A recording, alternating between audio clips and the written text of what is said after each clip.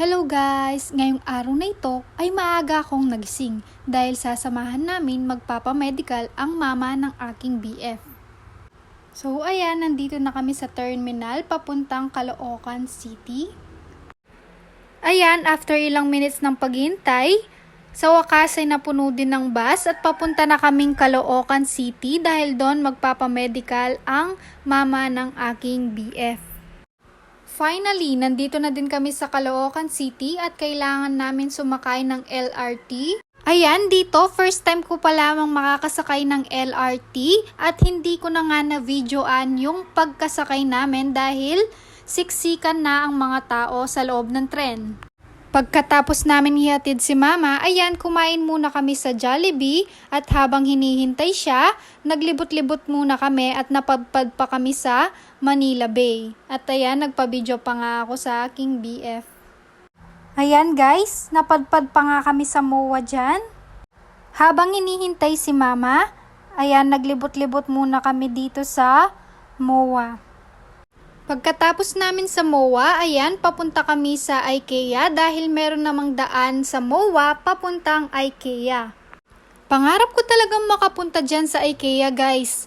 Dati napapanood ko lamang yan sa mga vloggers, lalong-lalo na nung bagong bukas pa lamang ang IKEA.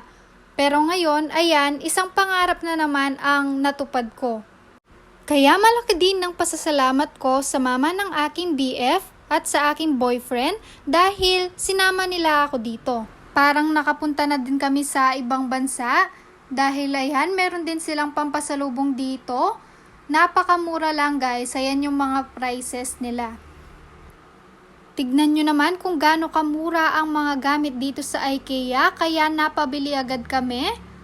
Nakaka-enjoy talagang lumibot dito sa IKEA. Bukod sa napakaganda ng mga gamit, affordable pa ang mga prices dito. Ayan, napakaganda ng mga lamps, ang lakas maka-aesthetic, at napakaganda pa ng quality.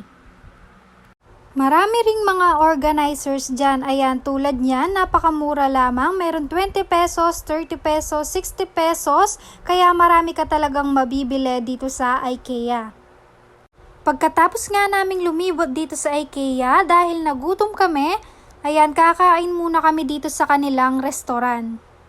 Expect ko medyo mahal yung kanilang pagkain dito pero ayan yung mga prices nila, i-post nyo na lang, napakamura lamang dito sa IKEA.